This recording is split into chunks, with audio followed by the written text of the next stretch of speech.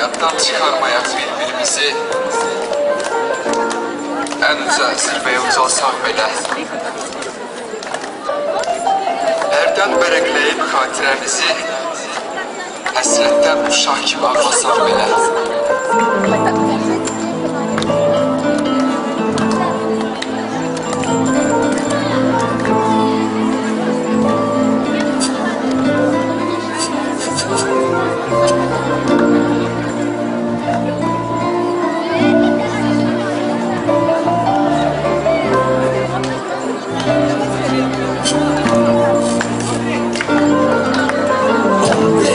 Sabırmışda dedikini sevinir birinciler. Keder bitti o günler bölümde kurtarır məktəb həyatı yazılacaq onlara.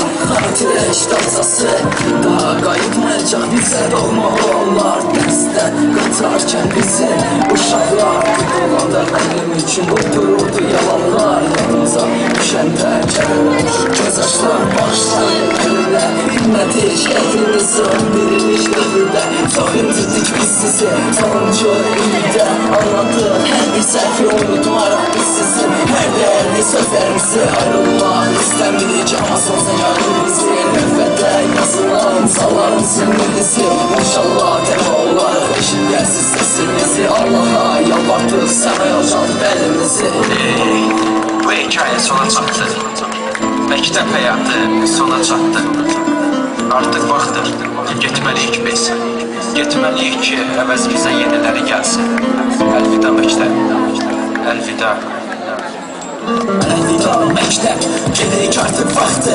Ürəklərdə kədər, gözlərdən yaşaqdı. Tarix 2002, yadımdadır iş günü. Deyilsən ki, konuşma məktəbin son günü.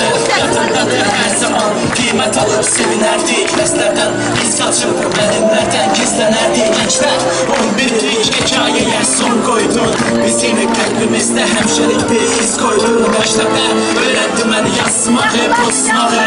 Böyüyüb sevdi mən dərsdən qaçmağı. Əslə görə məktəb minnətləram mən sənə. Əlvida deyirəm məktəb, istəməsəm də mən sənə. Adımı yazdım artanı mən daha görməyəcəm səni məktəb. Heç vaxt mən qəlbimdən silməyəcəm məktəbi. Bitirməyə şakirlərə bir sözüm. Məktəbi verə senin ki, gerdə qalmasın gözün.